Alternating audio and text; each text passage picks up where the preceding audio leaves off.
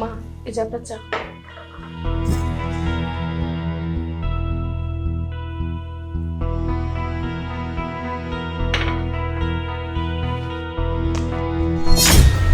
ফকিন্নির বাচ্চা, আই ফকিন্নির বাচ্চা, তুই কি চা বানানছস নাকি চিরতার পানি বানানছস? হ্যাঁ, তুই জানোস না যে আমি চা একটু চিনি বেশি খাই?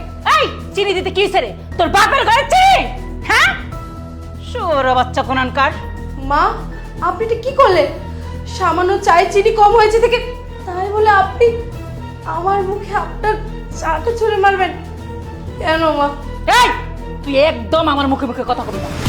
ফকিন্নির বাচ্চা, কই থেকে আইসস? বস্তির থেকে উঠা আইসা আমার বাড়িতে রাজধানী করতেছিস, আমার পোলার লগে আমার পোলার মাথাটা খায়, আমার পোলার বিয়া বই আর রাজধানী করতেছিস না? আমার তুই আমার মুখে মুখে তর্ক করিস? এই তোর আমি শেষবারে মতো কইতাছি, শোন, তোরে তো আমি বউ বলে কোনো সময় মানি না, আর কোনো সময় মানবো না। তুই যদি আর কোনো সময় আমার কোনো জিনিসে হাত দিছস তাইলে আমার চেয়ে খারাপ কেউ হইব না। কথাটা ভালো করে মাথার ভিতরে ঢুকায় নি। আজকে যদি আমার জায়গায় আপনার মেয়ে থাকতো, আপনি পারতেন এই কাজটা করতে? শাশুড়িরা কি মা হতে পারে না? এই আমার মাই হইলে কি করতো না করতো ওইটা আমি বুঝে নিতাম। আরে তুই কি আমার মেয়ে? হ্যাঁ, তুই তো আমার পোলার বউ। আরে পোলার বউ কি? তুই তো আমার পোলার বউ না, তোর আমি তো পোলার বউ বলে মানি না। আইসে আমার পোলার বউ। শোন, তোর আমি কইছি না, তুই কোনো সময় ফার্দার আমার কোনো জিনিসে হাত দিবি না। যদি হাত দেস তাহলে আমার চেয়ে খারাপ কেউ হইব না। কথাটা ভালো করে মাথায় ঢুকায় নিস। মা, কি ব্যাপার? তোমার এই অবস্থা কেন? তোমার মুখে কি এসব? আর বলো না, মা আমাকে বলেছিল তার জন্য চা বানিয়ে নিয়ে আসতে। আমি তার কথা মতো তার জন্য চা বানিয়ে নিয়ে এসেছি, কিন্তু চায়ের সামান্য চিনি কম হয়েছে দেখে তাই মা তার মুখের চাটা আমার মুখে ছুঁড়ে মেরেছে।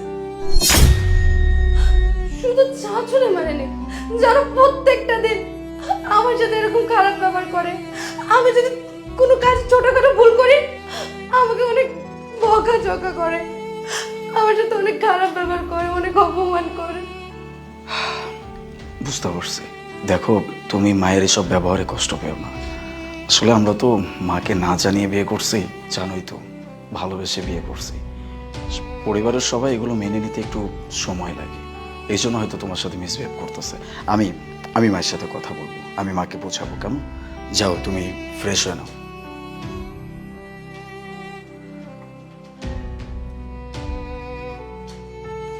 মা, বৌমা, ও বৌমা, একটু এদিকে আসো না।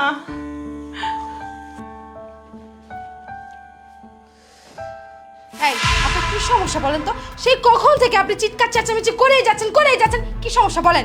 বৌমা, এমন করো কে? আমার ওই পাশের রুমে ওষুধটা আছে, একটু ওষুধটা এনে দাও না বৌমা। কিসের ওষুধ? কিসের ওষুধ এনে দিব? আপনার তো প্রত্যেক দিনই অসুখ বিসুখ লেগেই থাকে।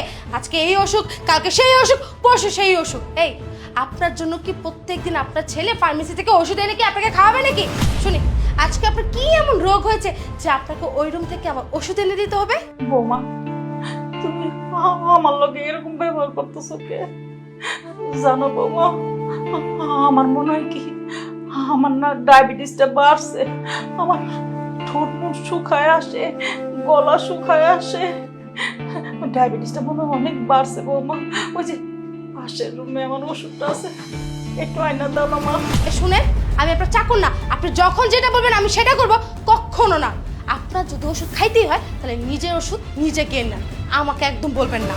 বৌমা, তোমার যেটা পায়ে ধরি, তুমি আমার ওষুধটা আয়না দাও না মা। ছি মা, আপনি এসব কি করছেন? আপনি কেন আমার পা ধরতে যাচ্ছেন? আপনি তো আমার মায়ের সমতুল্য, শাশুড়ি মানেই তো মা। আপনি হয়তো আমাকে কখনো নিজের মেয়ের চোখে দেখেননি, কিন্তু আমি সবসময় আপনাকে নিজের মায়ের চোখে দেখে গেছি। আর আমি আপনাকে কি ক্ষমা করব? বরঞ্চ আপনি আমাকে ক্ষমা করে দেন। আসলে এতক্ষণ ধরে আপনার সাথে আমি যা যা ব্যবহার করেছিলাম এটা আমি ইচ্ছা করেই করেছিলাম, আসলে আপনাকে বোঝানোর জন্য। কিন্তু আপনি তো কখনো আমার কথা শুনেন নাই মা। আপনি তো সবসময় চিনি বেশি খেতেন। আপনাকে বারবার করে নিষেধ করা হয়েছিল যে মা আপনি চিনি কম খান। যতই আমি আপনাকে চিনি কম করে চা বানিয়ে দিতাম তখনই আপনি আমার সাথে খুব খারাপ ব্যবহার করতেন। এমনকি বাসার মধ্যে ছোটোখাটো কাজে একটু ভুল হলেও তখন আপনি আমার সাথে খুব খারাপ ব্যবহার করতেন, আমাকে অনেক অপমান করতেন।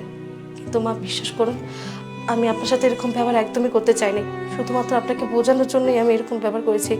মা, আপনি প্লিজ আমাকে ক্ষমা করে দেন। আপনি আমার কাছে ক্ষমা চান না। আমি জানি বৌমা, আমি তোমার লোক অনেক অন্যায় করছি, অনেক খারাপ ব্যবহার করছি। যখন তখন তোমার আমি কথা শুনেছি, আমি অনেক বড় ভুল করছি বৌমা। ওই ওই ভুলের প্রায়শ্চিত্ত আমি করতেছি বৌমা। তুমি আমার মাফ করে দাও বৌমা, মাফ করে দাও বৌমা। আসলে তুমি অনেক ভালো, কিন্তু আমি তোমার চিনতে পারি নাই।